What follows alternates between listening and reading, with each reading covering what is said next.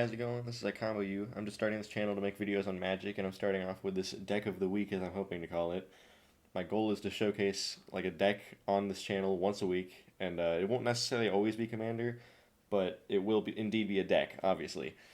I'm starting off with this commander that I found. It's called Autumn Willow, and it says Shroud, and pay 1 green. Until end of turn, Autumn Willow can be the target of spells and abilities controlled by target player as though it didn't have Shroud. This card just kind of like interested me for some reason because I just like to make these weird commanders that would normally be seen as pretty bad work out. This day it was also kind of weird because I needed to look beyond EDH Rec. I couldn't just look on EDH Rec and call it a day because there's obviously not too many decks that are built around Autumn Willow. Yeah, this deck is basically just Bogle Enchantress, and our goal is to just beef up Autumn or some of the other Bogles in the deck. So let's get into the deck list. So I split this up into sections, and the first section that we're going to be going over is backup. There's Aura Gnarlid, which although it doesn't have hexproof, it's creatures with power less than Aura Gnarlid's power can't block it, and it gets +1/+1 for each aura on the battlefield. So we're running a lot of auras, so this thing's going to get big very easily. And we've also got Steely's Champion, which can't be blocked by creatures with power 2 or less. It is 3 green pips, but we're running mono green, so that really does not matter.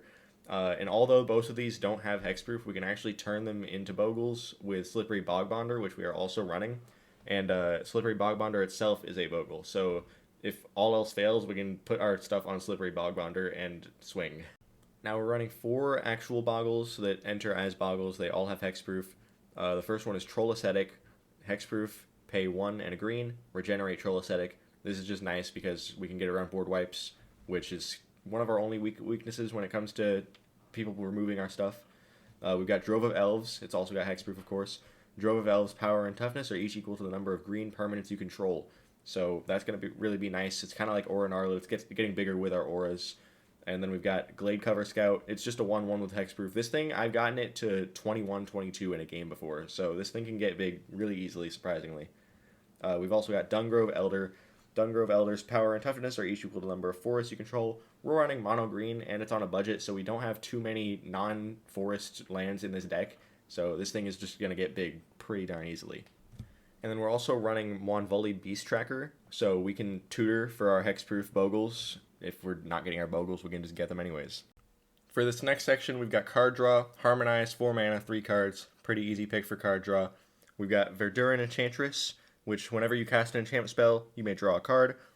That's just really good for our synergy. We're running a lot of enchantments because we want to be putting them on Autumn Willow, and this is going to help us draw cards off of doing what we want to do. We've also got Garruk, Primal Hunter. We're really only using him for his -3, which says draw cards equal to the greatest power among creatures you control. So you could really play him for the 5 mana and just -3 him immediately and draw the cards. You don't even need to keep him alive because we're going to be drawing like 15 cards or more most of the time when we're playing this.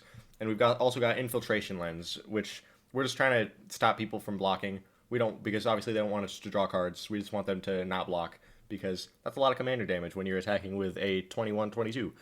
Obviously, I've got to have some synergy for the card draw with the enchantment theme. We've got Sixth Sense and Keen Sense, both of which draw cards when the creature deals damage to an opponent.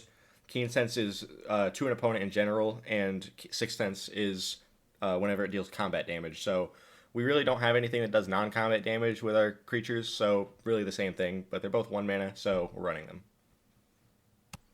And then we've also got Eidolon of Blossoms. Whenever Eidolon of Blossoms or another enchantment enters the battlefield under your control, draw a card. That's just drawing us cards off of playing Enchantress, so that's pretty good. Enchantress's Presence. Same thing as Eidolon of Blossoms, enchantment form, 3 mana instead, so yeah, pretty good. And we've got Season of Growth. And whenever the creature enters the battlefield under our control, we can scry 1. But the big part is whenever you cast a spell that targets a creature you control, draw a card. We are casting a lot of auras on our Bogles, so this is going to be really good for drawing us cards off of casting our auras. And then we've got Colossal Majesty. Our Bogles are going to be getting big really fast, so this is going to just draw us cards at the beginning of every upkeep. So for this next section, we've got Ramp. We're running a 6-mana commander. We're playing green. We can ramp. So we're playing 2 creatures for ramp. We're playing Llanowar Elves and Karametra's Acolyte. And then we've got Enchantment Synergy in our ramp as well. We've got Fertile Ground, Overgrowth, Wild Growth, and Wolfwillow Haven. All of these enchant our land and make them tap for more mana. So that's just good for us. And we've got Nissa's Pilgrimage, Cultivate, and Harrow. These all are just 3 mana instances sorceries that will get land onto the battlefield. We've also got Gaia's Touch. This is an enchantment. You may play an additional land during your turn if that land is a basic forest. We're pretty much only running basic forests because we're mono green on a budget. It's 2 mana, so it's really nice. It's a budget option. I think it's around like $2 or $3. You sacrifice it as well, and you get 2 mana to your mana pool, so you can use this to play your commander early, or if you're just in a pinch and need that extra mana, you can also use that ability. This next section is named Stompy for pretty obvious reasons, as you can see from this slide. We've got Colossification and Instill Energy. Both of these actually go really well together because you can play Colossification and it will tap your commander, but you can use Instill Energy to just untap it and swing. And that is a lot of damage coming at one of your opponent's face. We've also got some cards that are a little similar to Colossification. We've got Mythic Proportions, Epic Proportions, and Prodigious Growth. All of these are just going to boost the commander and give it trample as well. So these are just all going to be good for us to get commander damage in. And then we've got Audacity and Rancor. Both of these just give the commander +2/+0 and trample. And Audacity will give you a card when it leaves the battlefield, and Rancor will just return to your hand when it is put into the graveyard. So both of those are just good. Card draw, return it to your hand. Just going to keep on playing it anyways, even if it dies. We've also got Primal Bellow. Target creature gets +1/+1 until end of turn for each forest you control. Once again, mono green on a budget. Lots of forests. We do have a couple non-enchantment options for getting our stompy stuff going. We've got Nettle Cyst. Equipped creature gets +1/+1 for each artifact and or enchantment you control. This also creates us a 0/0 Phyrexian Germ token, so if we don't have enough mana to cast our commander, we can just use Nettle Cyst and get a really big creature just out. Then we've got Helm of the Gods. Same thing. Equipped creature gets +1/+1 for each enchantment you control. It's not artifact, but we're running enchantments primarily, so that's good. And Forgotten Ancient, this is actually really good for this deck because it actually says Forgotten Ancient moves its counters onto other creatures. It doesn't target creatures, so we actually get around the Shroud without paying for it when we use Forgotten Ancient. And finally, we've just got 4 more enchantments. We've got Indomitable Might. Enchanted creature gets +3/+3, and it assigns its combat damage as though it were not blocked. And you can actually flash this in, so you can bait somebody to block it and just put this in anyways. And then you've got Ancestral Mask, just +2/+2 for each other enchantment on the battlefield. This actually isn't even your own, it's just everybody's. So this is going to be really good. Blanchwood Armor is enchanted creature gets +1/+1 for each forest you control, just like that instant from before. We're running a lot of forests. And it's a test and training. This is kind of more for card draw, but it also gives the commander trample, and that +1/+0 is nice, and it contributes to the enchantment synergy. So we're using it. And now we've got protection. So let's say you're swinging and somebody used an instant to buff their creature and try to kill Autumn Willow. Well, that doesn't matter when you've got protection on Autumn Willow. So we were running all 5 of the green Umbras, which give totem armor if enchanted creature would be destroyed. Instead, remove all damage from it and destroy this aura. We've got Treefolk Umbra, Bear Umbra, Snake Umbra, Spider Umbra, and Boar Umbra. All of these do also give some buffs to Autumn Willow, but mainly we're running them for the totem armor. And then we've got Regeneration as well. This is just pay 1 green to regenerate enchanted creature. That's going to get around board wipes as well for us, so that's just really good for us. So for the removal section, we do also have some enchantment synergy. We're running Kenrith's Transformation and Lignify. Both of these just make the creature lose all abilities and make it some other creature type. Kenrith's Transformation will also draw us a card, so that's great.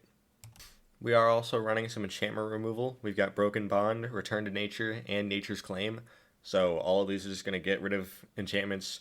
Broken Bond will also get us a land onto the battlefield, so just more ramp for us. And then for more removal, because there's not a ton of green removal that's on a budget, we're running fight spells. So we've got Bite Down, Nature's Way, and Master's Rebuke. Unfortunately, all of these will cost 1 more because Autumn Willow has the ability. But if we have all of our auras on a different Boggle, then that won't happen. And also, we're ramping enough that we should have enough mana to pay for that one. And then we've got 2 more fight spells, Aggressive Instinct and Ram Through. And then we're running Beast Within. Pretty classic green removal right there. Of course, we've got to hit some mana rocks. We've only got 4 of them, but we've got Mind Stone, Thought Vessel, Arcane Signet, and Soul Ring. All good ramp spells. We can use Mind Stone to draw some cards even. We mainly want to focus on having green mana, and we're ramping a lot anyways, so we don't need a ton of mana rocks in this deck. And there's also a few utility lands. We've got Myriad Landscape, just getting us some more basics, and then the Terrain Generator, again, getting us more basics onto the field. Just pay 2, tap, put a basic land card from your hand on the battlefield, tapped, and yeah, more ramp. And then we've got Reliquary Tower, because we're sometimes going to be drawing a lot of cards, so that's just going to give us no max hand size. And then, of course, we're also running basics. We're running 32 forests, so that's our entire land base, 35 lands. And that's going to be it for this video on Autumn Willow as a commander. I'll put the deck list in the description. You can make edits to it. You can export it to MTGO or Cockatrice. You can buy it for yourself. Be sure to let me know how you would change this deck and what cards you would add and remove. And yeah, thanks for watching.